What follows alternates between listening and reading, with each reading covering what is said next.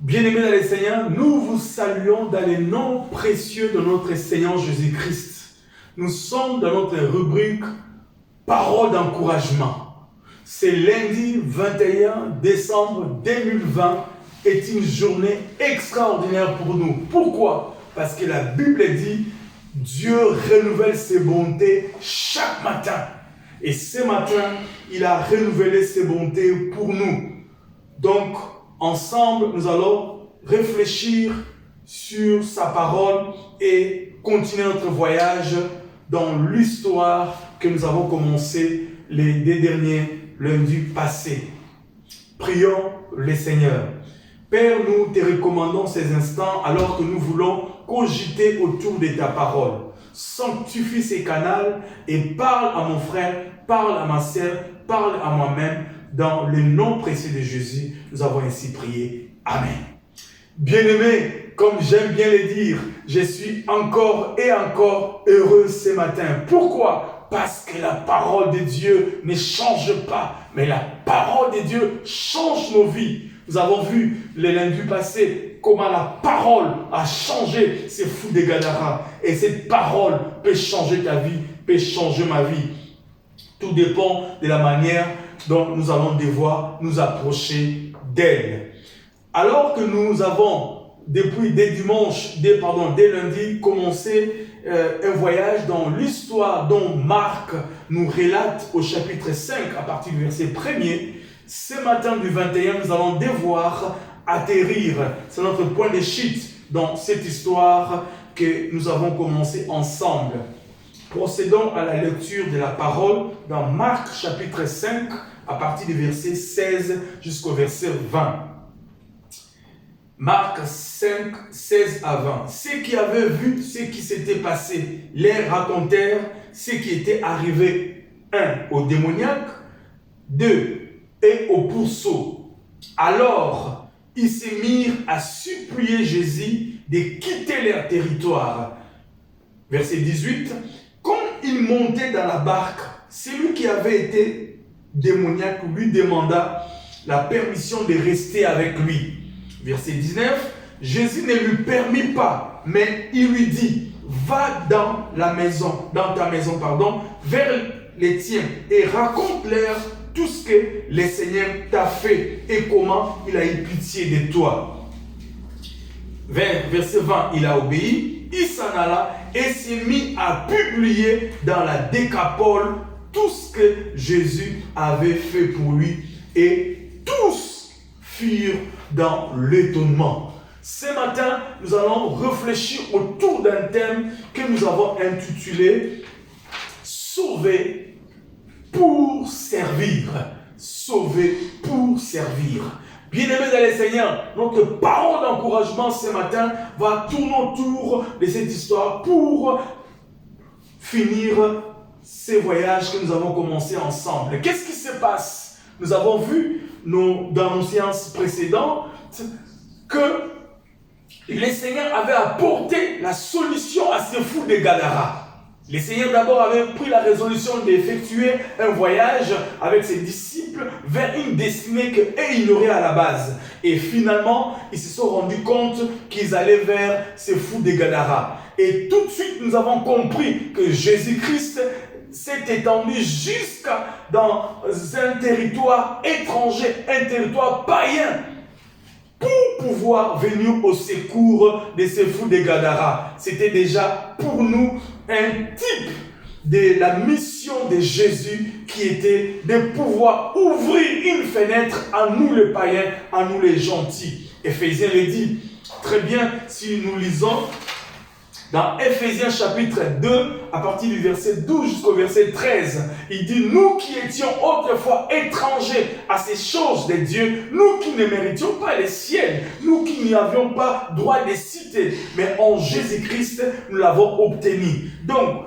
déjà, Jésus-Christ, en posant cet acte, avait ouvert une fenêtre que nous devions comprendre. Et c'est cela, c'est accompli plus tard, quand il a posé son choix sur Paul comme apôtre des païens et Pierre comme apôtre des Juifs. La Bible nous parle dans le livre des Galates au chapitre 2, à partir du verset 1er, apôtre Paul dit 14 ans plus tard, après qu'il a commencé son ministère, il va monter à Jérusalem pour rencontrer ceux qui étaient comme des colonnes de l'église, afin de pouvoir leur faire les rapports de la mission qui était la sienne, laquelle de pouvoir aller vers les païens. Donc, cela était déjà dans la pensée de Dieu. Et cette histoire des fous de Gadara est un échantillon pour nous montrer que Dieu avait aussi son regard sur nous les païens. Gloire à Dieu.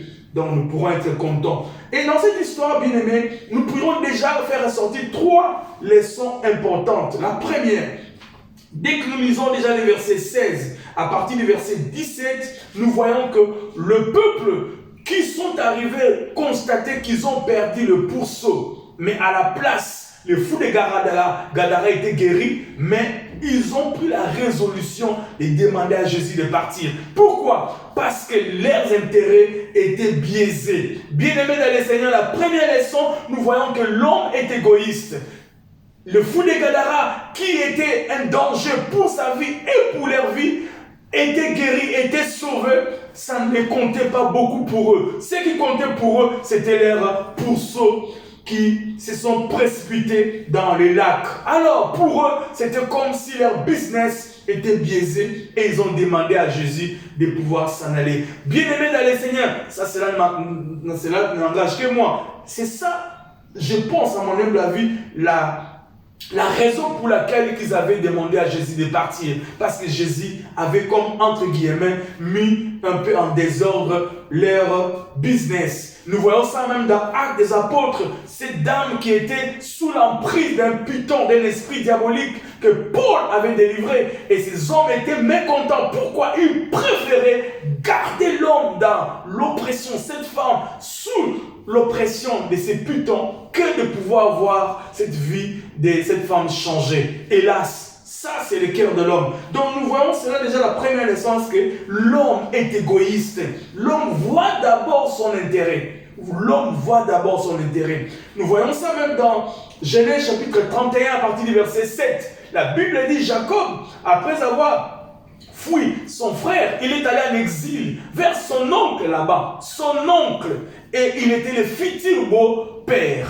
Un oncle et un beau-père. Mais la Bible dit au verset 7 du chapitre 31, il a changé 10 fois les salaires de Jacob. Pourquoi? Parce qu'il ne voulait pas que Jacob réussisse. Donc l'homme n'aime pas voir son business ou ses biens être dérangés. Il peut faire de beaux discours, mais quand il faut poser des actes, il commence à trouver des excuses. Et nous voyons ces hommes, ils ont pris une mauvaise résolution de demander à Jésus de partir. Pourtant, Jésus avait en lui toutes les capacités possibles pour pouvoir régler les différents problèmes qu'ils avaient dans leur ville. Mais hélas, ils ont résolu de pouvoir les faire partir parce qu'ils étaient lésés à cause de leurs troupeaux ou à cause de leurs pourceaux, qui sont tombés dans les lacs. Deuxième leçon, en faisant toujours une réflexion autour de ces versets 17, la Bible dit, ils ont demandé à celui qui était comme la raison même d'une destinée extraordinaire. De la même manière, la Bible dit dans le livre de Luc, chapitre 19, verset 44, Jésus, quand tu plairais sur Jérusalem, en disant, Jérusalem, Jérusalem, toi qui tues tes prophètes, si tu connaissais les temps que Dieu t'a visité. Bien-aimé, Gadara n'avait pas connu le temps que Jésus les a visités. Pourtant, ils avaient l'opportunité de rencontrer Yoshua Mashiach, qui est venu dans cette ville, mais ils ont résolu de pouvoir les chasser. De la même manière que Jérusalem est passé à côté de sa destinée, de la même manière aussi Gadara ou la Décapole. Mais bien sûr, plus tard, ça c'est juste une parenthèse, plus tard, les fous vont devoir récupérer la situation. Mais en ces temps-là, ces hommes ont décidé de faire un autre choix. Pourquoi? Parce qu'ils n'avaient pas la connaissance des temps. Bien aimés dans les Seigneurs, on n'a pas le temps d'aller plus en profondeur, mais soyons comme des fils d'Isaacar qui ont la capacité de connaître les temps et de savoir en ces moments qu'est-ce qu'Israël devait faire. C'était les types des personnes que Jésus veut que nous soyons, des hommes qui sont aiguisés dans la connaissance des temps. Et tout cela est fonction de la nouvelle naissance. Dès qu'une personne est renouvelée dans son intelligence, obtient les capacités surnaturelles du Seigneur de connaître les temps et de juger ou même d'agir proportionnellement à cette connaissance. La Bible dit, mon peuple périt faute de connaissances. Et ces hommes sont passés à côté de leur destinée. Bien-aimés, pourquoi? À cause de ces biens de ce monde. La Bible nous dit, bien-aimés, cherchez premièrement le royaume des cieux et sa justice. Donc pour ce peuple, la joie devrait être la solution, la rédemption, le salut, le rachat de cet homme qui était le résultat du royaume des cieux venu ici-bas. L'éternité est venue vers les hommes limités. Mais hélas, ils avaient les regards fixés sur leurs biens matériels. Bien-aimés, ce matin, ayons les regards fixés sur ce qui est essentiel, c'est-à-dire la vie en Jésus-Christ. Donc, c'était notre deuxième leçon. Et la troisième leçon, nous la voyons toujours là, mais cette fois-là différemment. C'est l'attitude de cet homme qui a été transformé, qui a été délivré. La Bible dit, alors que Jésus a pris la résolution de s'en aller avec ses disciples, suite à la décision que la population lui avait imposée, au verset 19, cet homme a demandé à Jésus de pouvoir demeurer avec lui. Nous voyons déjà d'emblée, on n'a pas le temps d'aller en profondeur, mais si tu as été réellement au contact avec Jésus-Christ, bien-aimé, ta vie ne serait que, comment dirais-je, fixée sur ce Jésus-là, vouloir demeurer avec lui, vouloir marcher avec lui. Et ça, c'est juste une parenthèse. Mais alors qu'il a résolu de pouvoir rester avec Jésus, curieusement, Jésus demande, la Bible dit au verset 19, Jésus ne lui permit pas, mais il lui dit, va dans ta maison vers les tiens. Pourquoi? Parce que, ça c'est, à mon humble avis, cet homme était un païen. À ce que j'ai réfléchi, parce que j'ai consulté certaines personnes, certains commentateurs, pour comprendre pourquoi Jésus avait refusé cela. Je n'ai pas reçu vraiment une explication claire, mais je pense par la grâce du Seigneur que cet homme étant un païen, il ne pouvait pas à ce moment-là, alors que la croix ou l'œuvre de la croix n'était pas encore accomplie, pouvoir accompagner Jésus dans sa mission. Parce que si vous lisez la Bible, il y a une histoire où un riche a résolu de pouvoir suivre Jésus parce qu'il était juif et il est parti. Mais lui, en tant que païen, Jésus lui a demandé, non, toi retourne chez toi. Ça c'est moi qui ai pensé et je pense que le Seigneur nous parle ainsi. C'est-à-dire en ce moment, la fenêtre n'était pas encore ouverte pour les païens. Elle va être ouverte plus tard quand Jésus va porter son choix sur Paul comme apôtre des païens et Pierre comme apôtre des juifs. Et nous voyons cela, bien aimé, comme je l'ai dit, si nous lisons Galates chapitre 2 à partir du verset 1er, 14 ans plus tard que